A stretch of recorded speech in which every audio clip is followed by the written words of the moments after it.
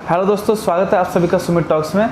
अभी कुछ ही दिन पहले एसएससी एमटीएस 2023 का नोटिफिकेशन आया था और आप में से कुछ लोगों ने उसका फॉर्म भर भी दिया होगा और कुछ लोग अभी भी वेट कर रहे होंगे और सोच रहे होंगे कि फॉर्म भरें या ना भरें, क्योंकि कुछ लोगों को डाउट है कि ये जॉब कैसी है, इसमें कैसा काम होता है, और कुछ लोगों को और भी डाउट है लोगों ने, क्योंकि ये सब चीज़ें सुनी है। कोई भी आपको पर्सनल एक्सपीरियंस से बता नहीं पाएगा। तो मैं अभी आपको बताऊंगा कि ये आपको फॉर्म भरना चाहिए या फिर नहीं, क्योंकि मेरे को अभी करीबन 1.5 साल हो गया है इस जॉब में और मेरा एक्सपीरियंस मैं आपके साथ में शेयर करूंगा और मैं आपको बताऊंगा कि आपको ये फॉर्म भरना चाहिए या नहीं, भरने की क्या फ़ायदे हैं। तो चलिए वीडियो शुरू करते हैं।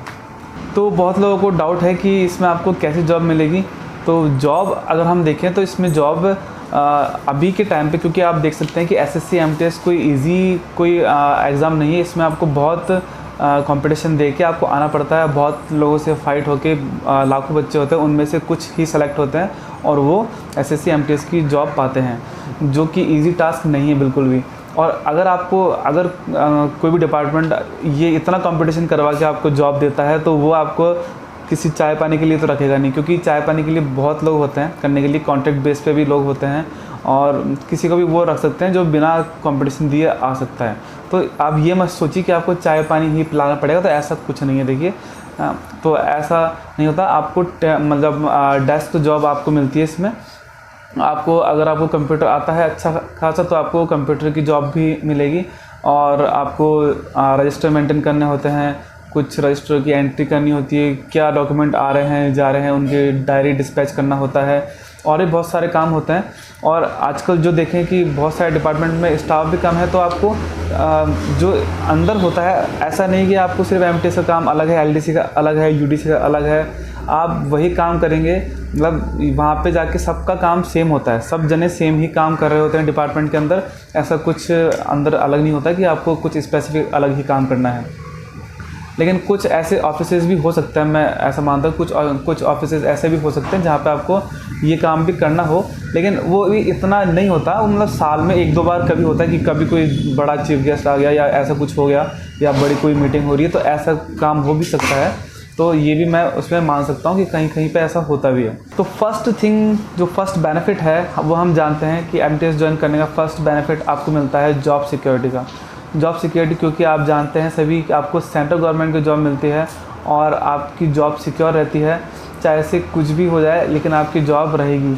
अभी आपने देखा होगा कि कोविड टाइम पे अब बहुत लोगों की जॉब गई थी, लेकिन जो गवर्नमेंट सर्वेंट है उनकी सैलरी रेगुलर आ रही थी, घर बैठे उनको सैलरी मिल रही थी। तो अप्स एंड डाउन्स होते हैं, उसमें आपको कोई टेंशन लेने की ज़रूरत नहीं होती, क्योंकि आपकी मंथली जॉब आपकी इनकम है वो फिक्स है, वो आपको मिलेगी ही मिलेगी। सेकेंड पॉइंट पे हम आते हैं। सेकेंड पॉइंट है आपका सैलरी। तो सैलरी इसके अंदर आपको मिलती है 26 से 30,000 तक, और ये वैरी करती है आपकी सिटी के ऊपर, कहाँ पे आप पोस्टेड हैं। अगर आप मेट्रो सिटी में तो आपकी सैलरी होगी ज़्यादा, और अगर आप छोटी जगह पे हैं तो आपकी सैलरी होगी कम। तो ये है, और सैलरी आपको मिलेगी तो आपकी सैलरी मिलने से बहुत सारी दिक्कतें दूर होती है।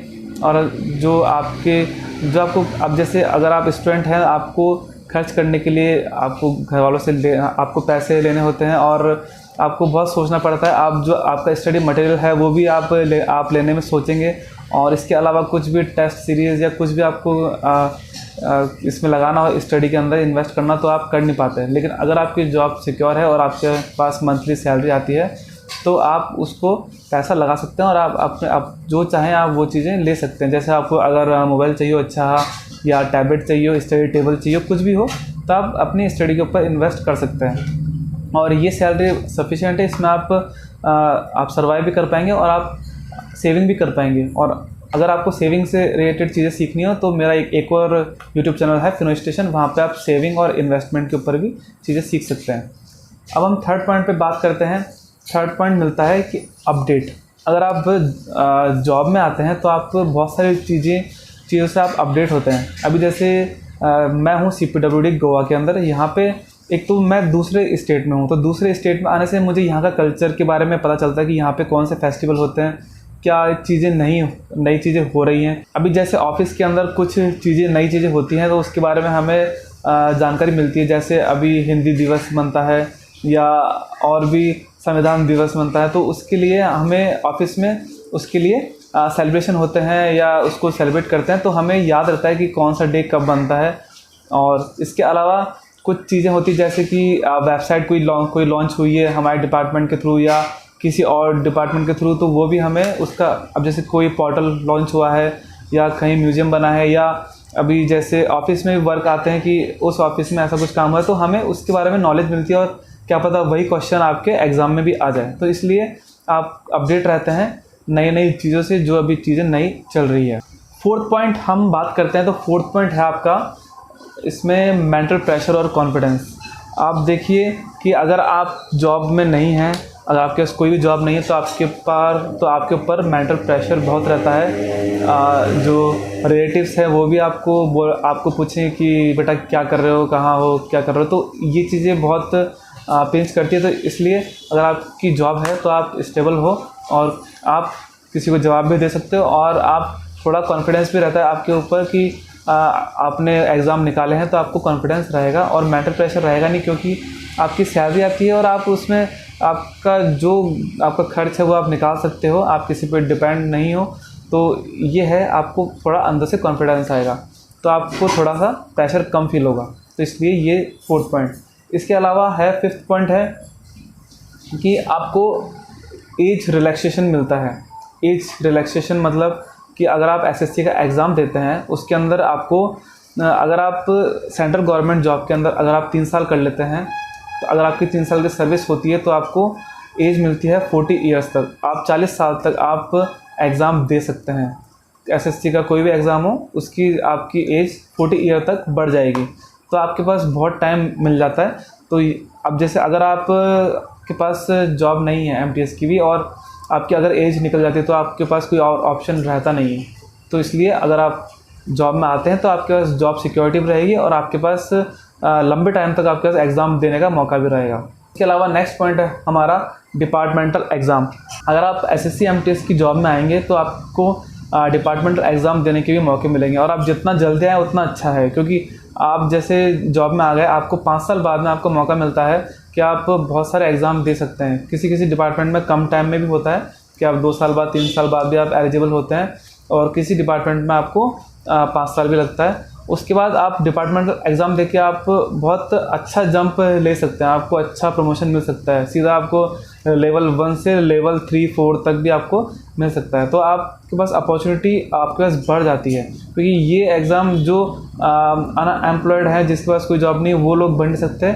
आपको सिर्फ डिपार्टमेंट में कंपटीशन आपका सीमित रहता है। आप क्योंकि अब देखिए, क्योंकि जो भी लोग सेलेक्ट होंगे एमटीएस में वो अलग अलग जगह पे जाएंगे, लेकिन आपके डिपार्टमेंट में कौन कौन आ रहा है आपको पता नहीं है, कम है। अभी जैसे सीपीडब्ल्यूडी में मैं हूँ, यहाँ पे अभी जैसे एमटीएस से भी जेई बन सकते हैं, एलडीसी से भी जेई बन सकते हैं, यूडीसी से भी जेई बन सकते हैं। मतलब आप मिनिस्ट्रियल डिपार्टमेंट से आप टेक्निकल उसमें आ सकते हैं।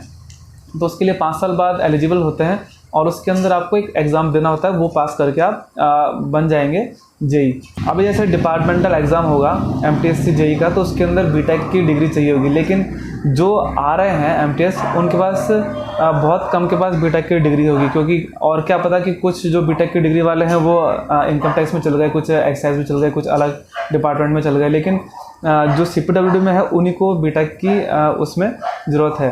तो इसलिए वो उनको ही बेनिफिट मिलेगा जो जिनके पास बीटेक की डिग्री है, जो बीटेक डिग्री होल्डर हैं। तो ये आप देख सकते हैं।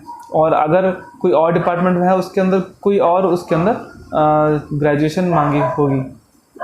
अभी जैसे अगर अकाउंट्स का डिपार्टमेंट है तो उसके अंदर क्या पता उसके अंदर बिजनेस से रिलेटेड या उसके अंदर कॉमर्स से रिलेटेड उसके अंदर क्वालिफिकेशन की रिक्वायरमेंट हो। और लास्ट पॉइंट आता है कि आपको गवर्नमेंट की फैसिलिटीज़ मिलती है। गवर्नमेंट की फैसिलिटीज़ आप चाहें कि अब जैसे आपको अगर आप सिर्फ तैयारी कर रहे हैं तो आपके पास कोई जॉब नहीं है, तो आपके पास प्रेशर रहेगा और आपको बहुत लोग परेशान भी करेंगे, बहुत आपको झेलना पड़ता है, वो मुझे पता है। और अगर आप इससे बचना चाहते हैं तो आपको गवर्नमेंट जॉब में आपको एलटीसी मिलता है और वो एलटीसी से आप घूम सकते हैं ऑल ओवर इंडिया। आप जहाँ चाहो आप वहाँ पे घूम सकते हैं। तो ये आपको अलग बेनिफिट मिलता है कि आप उसमें घूम सकते हैं। और इसके अलावा भी आपको बहुत सारी फैसिलिटीज़ मिलती हैं, बहुत सारी छुट्टियाँ मिलती है, हॉलीडेज़ आपको, और इसमें अलाउंस भी मिलते हैं आपको, एचआरए मिलता है आपको अगर आप क्वार्टर्स में रहते हैं। तो आपको क्वार्टर्स मिलते हैं अच्छी रेट पे, सही रेट पे आपको मिल जाता है। तो गवर्नमेंट की फैसिलिटीज़ आपको बहुत सारी मिलती है, तो वो आप जब डिपार्टमेंट में आएंगे तो आपको पता चलेगा। तो ये है आपको बहुत सारे बेनिफिट्स सेंट्रल गवर्नमेंट में आने के। तो इसलिए आप आइए और आपको बहुत टाइम मिलेगा पढ़ने का, आप पढ़ के आप अच्छी जॉब भी आप ले सकते हैं और आपको बहुत सारी अपॉर्चुनिटीज़ आपकी बढ़ जाएगी इसमें आने से। तो थैंक यू फॉर वॉचिंग। आप मिलते हैं अगले वीडियो में, तब तक के लिए टाटा बाय बाय।